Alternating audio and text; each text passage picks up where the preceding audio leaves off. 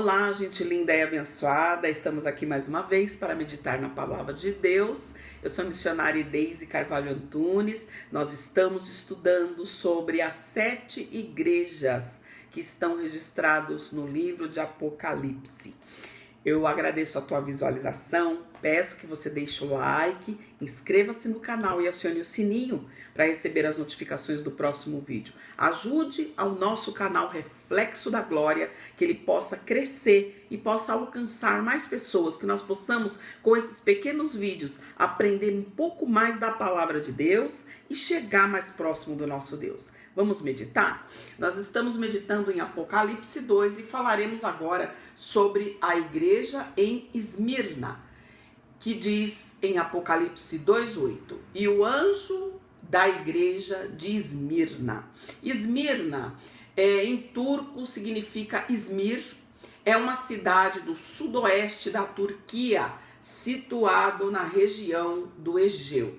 Então nós vimos no vídeo passado de que essas igrejas antigas, existem somente hoje os escombros das igrejas, né? Os locais. Em alguns locais foi construído outras cidades. E depois aqueles estudiosos, os arqueologistas começaram a escavar e descobrir aonde estavam essas igrejas.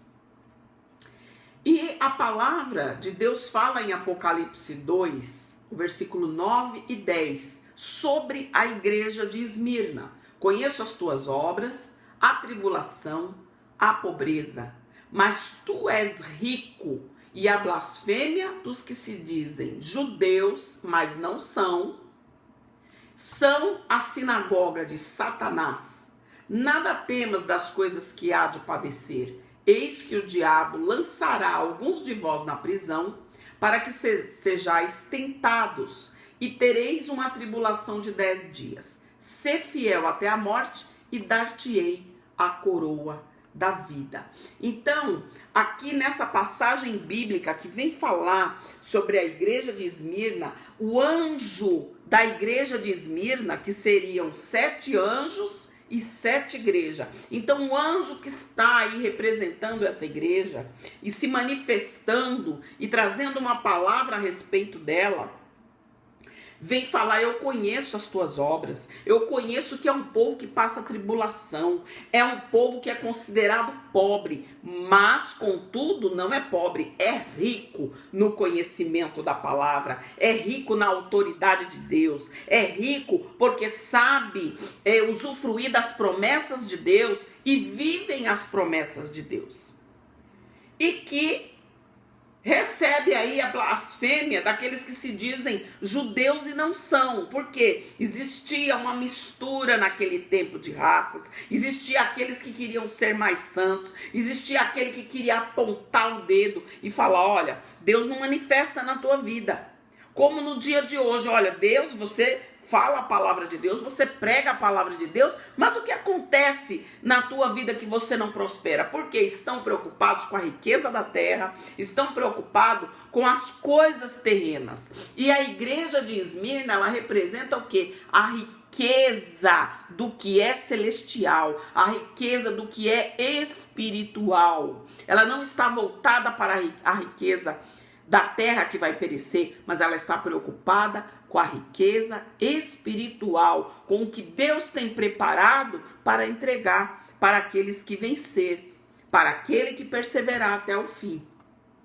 Aqui continua dizendo: nada temas das coisas que há de padecer, porque o diabo lançará alguns de vós na prisão para que sejais tentados. Tentado a quê? Tentado a voltar atrás, tentado a negar o nome de Deus, tentado a ficar com medo. Aqui ele está dizendo: nada temais das coisas que há de padecer. Tereis uma tribulação pequena por pouco tempo, mas ser fiel até a morte, e dar-te-ei a coroa da vida. Então vem aqui uma promessa para essa igreja, que é considerada pequena, sem recurso, mas é um povo que obedece, é um povo que permanece, é um povo que confia em qualquer circunstância. Esmirna era a principal cidade que disputava com Éfeso e Pérgamo a fama de ser chamada de maior cidade da Ásia. As ruas e edifícios se estendiam através do litoral que circundava as montanhas. Fontes emanavam com águas do aqueduto da cidade. A antiga cidade foi destruída pelos lídios no ano 600 a.C. e foi reconstruída pelos gregos no final do 4º século a.C. A cidade ganhou nova vida e pode ser descrita como uma cidade que morreu e tornou a viver. Durante o domínio romano, Esmirna se tornou um centro da idolatria oficial, conhecida como guardião do templo, do grego Neocoros. Na época em que João escreveu, através do Espírito Santo, este povo era fiel. Era um povo simples que pregava a verdade. Então esse texto vem provar que havia discriminação e desigualdade. O povo principal da cidade era um povo pobre, era um povo que sofria uma desigualdade muito grande. Existia aqueles que eram muito ricos e existia aquele que era muito pobre, como no tempo de hoje. No geral eram pobres, e Deus afirma que se eles permanecessem fiéis à palavra de Deus, mesmo sendo uma cidade que tinha, né, as fontes de águas, porque a água representava a riqueza naquela época. Mesmo eles sendo um povo pobre, no meio de uma cidade que tinha poder, que tinha recurso, se eles permanecessem fiéis, eles seriam recompensados. Dar-te-ei a coroa da vida. Então, reportando essa palavra da igreja de Esmirna para os nossos dias, é que nós possamos ser fiéis à palavra de Deus, não importando aí o que vem pela frente, não importando as dificuldades que nós tenhamos que passar. O que nós temos que entender é que nós temos que tomar posse da palavra de Deus, viver a palavra de Deus verdadeiramente, tendo ou não tendo, como o apóstolo Paulo diz, olha, eu vivo quando eu tenho como se eu não tivesse. E quando eu não tenho, era como se eu tivesse. Então, para ele não fazia diferença.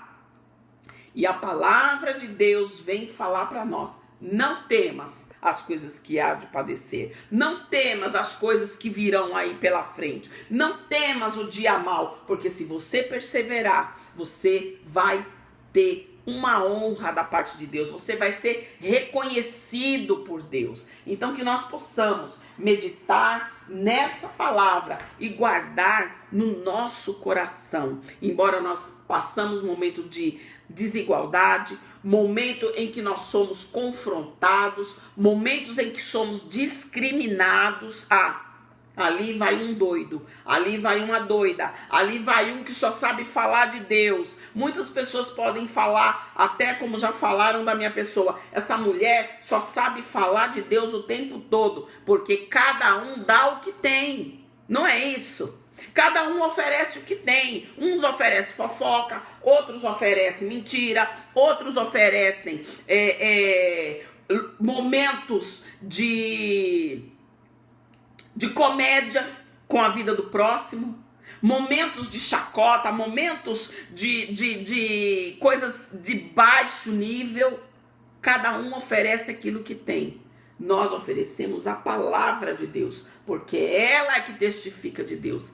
Ela é quem pode nos garantir a salvação da nossa alma. Nós não nos prendemos a filosofias de homens, mas nos prendemos à palavra de Deus, que é a verdade. E a palavra dele diz que conhecereis a verdade e a verdade vos libertará. Então não importa a nossa condição financeira. Podemos não ter posses aqui na terra, mas uma coisa é certa: se formos fiéis, o Senhor nos garante a coroa da vida eterna. Que Deus te abençoe grandemente, que você possa deixar os seus comentários e fica para você um forte abraço da missionária Daisy. Até o próximo vídeo e nós estaremos falando da próxima igreja do Apocalipse. Deus te abençoe.